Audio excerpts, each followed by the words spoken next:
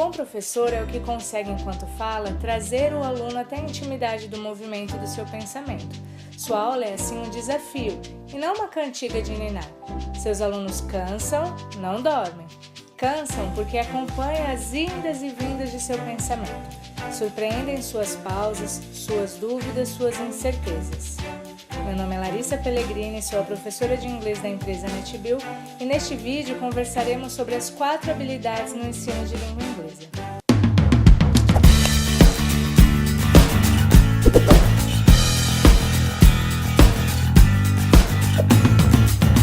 As 4 habilidades presentes no ensino de qualquer língua, mas aqui falaremos sobre a língua inglesa, são reading, speaking, listening and writing. Antes de nos aprofundarmos nessas habilidades, precisamos levar em conta que dentro de uma sala de aula temos alunos diferentes uns dos outros. E sabemos ou devemos saber que cada aluno apresenta mais facilidade em uma determinada maneira de aprender. Por isso a importância de praticarmos todas as habilidades com diferentes recursos. Analisando a apresentação a seguir, podemos verificar as inteligências múltiplas da teoria de Gardner. Então aqui nós temos uma coluna referente à inteligência e outra às múltiplas linguagens. Então, se temos a inteligência musical, é linguagem musical. Inteligência corporal, linguagem corporal. Inteligência lógico-matemática, a gente trabalha a linguagem verbal, visual e a função denotativa da linguagem. Inteligência linguística, linguagem verbal. Inteligência espacial, linguagem visual. Inteligência interpessoal, uso de todas as funções da linguagem na comunicação. Inteligência intrapessoal, linguagem verbal, musical, corporal e função emotiva da linguagem. Inteligência naturalista, linguagem corporal e visual. Inteligência existencial, função emotiva da linguagem. Bem, a partir dessa teoria, pode-se verificar que cada pessoa é única, tendo entre as 7 inteligências denominadas por ele uma ou mais de uma que se sobressai.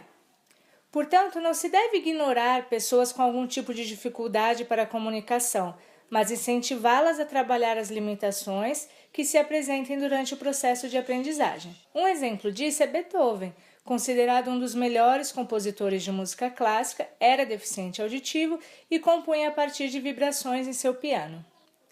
Em relação às aulas de inglês, é bem comum que vários alunos considerem as aulas um sofrimento e não avancem com o passar do tempo.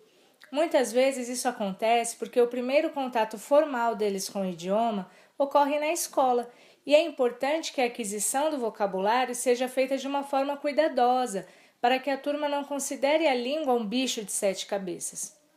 Uma barreira no aprendizado é o fato de investirmos muito ou apenas na gramática, mesmo com as turmas que mal conhecem o idioma e assim ninguém consegue ir muito longe. O norte-americano Kate Falls, docente da Associação de Professores de Língua para Falantes de Outras Línguas e da Universidade do Centro de Flórida, nos Estados Unidos, apresenta 2 considerações. Se o material que o estudante está ouvindo ou lendo tem muitas palavras desconhecidas, o idioma não é compreensível. Durante muito tempo, a ênfase do ensino tem sido erroneamente a gramática. Na verdade, para grande desgosto dos professores de língua estrangeira, os alunos podem se expressar se tiverem uma gramática pobre, e eles fazem isso com bastante frequência. No entanto, com vocabulário pobre, a comunicação é fortemente limitada. A produção oral, ou a fala, se faz por meio da imagem acústica e uso individual da língua. É o conjunto de hábitos linguísticos que permitem a uma pessoa compreender e fazer-se compreender individualmente durante a comunicação. Em outras palavras, é o exercício da interação social. Vale salientar aqui que essa não é contínua, mas é homogênea e linear, por isso existem processos metacognitivos. Com relação às línguas estrangeiras, a produção oral se dá de maneira um pouco diferente da produção oral em língua materna. Enquanto uma criança convive diariamente com pessoas que falam sua língua materna, ela desenvolverá a fala desta língua naturalmente, desde que esteja em ambiente propício para a aprendizagem. Porém, Para que uma criança aprenda a se comunicar em uma língua estrangeira, é necessário que ela seja regularmente exposta a essa língua, o que no Brasil normalmente acaba ocorrendo na escola ou nos cursos livres de idiomas. Nesse ambiente de instrução tradicional, o tempo para a aprendizagem se reduz a 2 ou 3 horas semanais. O contato com falantes nativos ou proficientes da língua estrangeira se dá normalmente através do professor e os alunos convivem com um número limitado de discursos linguísticos. Essas e várias outras questões fazem com que o desenvolvimento da produção oral em língua estrangeira seja um processo mais lento, óbvio, do que na língua materna. Uma dica que eu dou é gravar a sua voz e a voz dos seus alunos enquanto falam algumas frases, palavras ou mesmo enquanto cantam. Essa é uma ótima técnica para desenvolver a fluência e também para ser muito divertida. Cards, okay? Apple. Apple. Very good. Cake. Cake. Very good. Chocolate. Hot dog. Very good. Egg. Very good.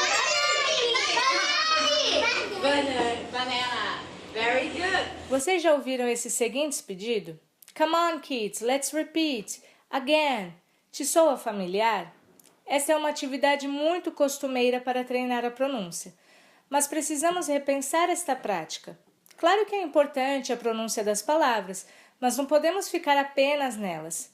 Precisamos trabalhar com os nossos alunos para que eles desenvolvam novos diálogos. Não ficar apenas nas repetições. Devemos partir para uma criação. Crie novos diálogos com eles. Teacher, não tenha medo de usar o inglês durante a aula, pois talvez este é o único momento que os alunos terão contato com a língua e você é a referência deles. Podemos dizer que esta habilidade é conhecida como educar o ouvido, pois é preciso aprender a escutar, entender e compreender o que está sendo dito. Ao contrário do que muitos pensam, as crianças são campeãs nas compreensões auditivas, pois este é o canal de entrada do idioma para eles. É ouvindo que eles aprendem a falar. E nós, professores, sabemos muito bem que levam anos para isso. E esse é o processo natural da aquisição de uma nova língua. Afinal, não foi escutando que aprendemos a falar português? O aprendizado de nossos alunos acontecerá de forma mais acentuada quando aumentarmos os canais de entrada do idioma na sala de aula. Precisamos ouvir mais músicas em inglês, assistir mais desenhos em inglês e, claro, escutando o teacher deles falar. Para praticar o listening, dou a dica de selecionar algumas músicas para cantar com os alunos durante as aulas. Com os menores, acho muito bacana uma música trabalhando os cumprimentos antes de iniciar a aula e um de despedida.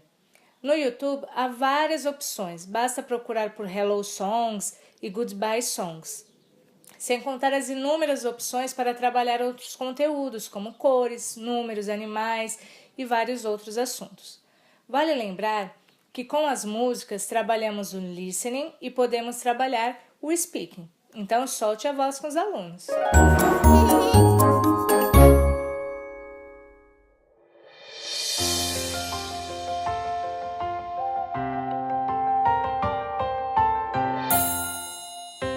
Hello, hello. Can you clap your hands? Hello, hello. Can you clap your hands? Can you stretch up high? Can you touch your toes? Can you turn around? Can you say hello?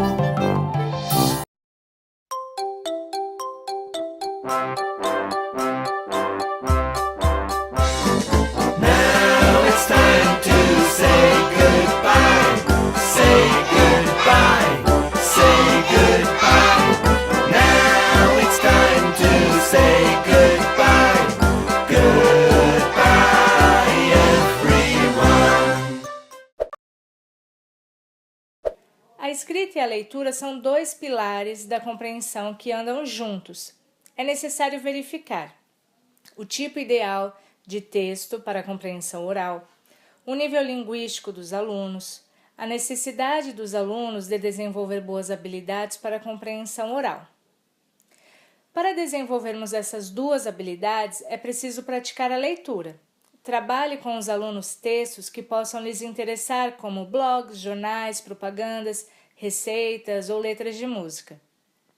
Apresente aos alunos atividades de pronúncia que envolvam situações reais, músicas, filmes, programas de TV e de rádio e vídeos da internet também ajudam a contextualizar o objeto de ensino. Uma dica muito bacana para praticar a leitura e a escrita é trazendo a tecnologia para a sua sala de aula. Peça aos alunos que te enviem um e-mail ou uma mensagem pelo WhatsApp. Crie situações para que eles conversem entre si ou, quem sabe, com alunos de outra turma. Vamos ver alguns exemplos. Hello, hi teacher. Are you ready for your daily lesson? Sure. Today we are learning the difference between much and many. Would you like to review the grammar rules? Yes, please. Okay, the rule is very simple. You should use many with countable nouns, many cats, and much with uncountable nouns, much water. You can't count water, but you can count cats. 1 cat, 2 cats, 3 cats, etc. Do you understand? Okay, let's start the test. Uma dúvida muito comum é se devemos ou não solicitar as traduções dos textos. Bem, vai depender da maneira como a atividade será apresentada em classe. Propor uma tradução de texto isolada levará os alunos a traduzir palavra por palavra, considerando as estruturas e as formas de expressões da língua portuguesa. Os exercícios de tradução podem ser bem aproveitados quando aproximados de uma situação real, explorando os aspectos comuns entre as línguas, contexto de produção, orientação textual e alguns aspectos linguísticos. E até o que há de diferente entre os idiomas, que são os aspectos linguísticos, por exemplo. Devemos nos conscientizar e conscientizar nossos alunos que a linguagem envolve muito mais do que palavras em um texto. Outra dica bem bacana é no início do ano estabelecer alguns combinados com a turma. Com isso, nas aulas de inglês, além de debater a importância das normas para a convivência em grupos, possibilita trabalhar tanto a produção escrita como a oralidade com base em uma situação real. Portanto, se o aluno precisar ir ao banheiro ou beber água, fará o pedido em inglês. May I go to the bathroom? May I have some water? Se possível, faça cartazes com estas frases para que eles possam consultar caso não esqueçam ou apresentem alguma dúvida. Com tudo isso que conversamos, podemos chegar à conclusão sobre a importância de proporcionar aos alunos em classe o maior tempo possível de contato com a língua estrangeira para ajudar no aprendizado. Isso implica em ouvir os áudios, ler os textos, conversar repetidamente. O primeiro obstáculo a vencer é o estranhamento inicial, o que já é esperado. Mas os alunos serão capazes de lidar com isso à medida que aprimorarem as competências de inferir o significado das palavras e seus usos. Claro que o uso da língua materna, no nosso caso o português, não é contraindicado. Ele nos ajudará com explicações mais complexas e caberá a você, professor, fazer uma avaliação criteriosa de seu papel.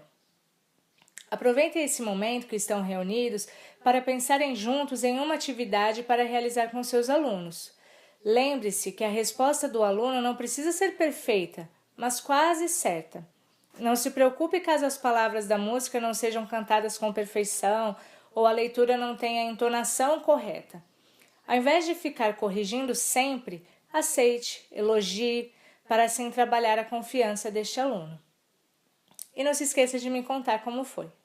Caso vocês tenham alguma dúvida ou queiram entrar em contato conosco, mande um e-mail para suporte@netbil.com.br ou acesse o nosso site ou mande uma mensagem pelo Facebook NetBio Educacional.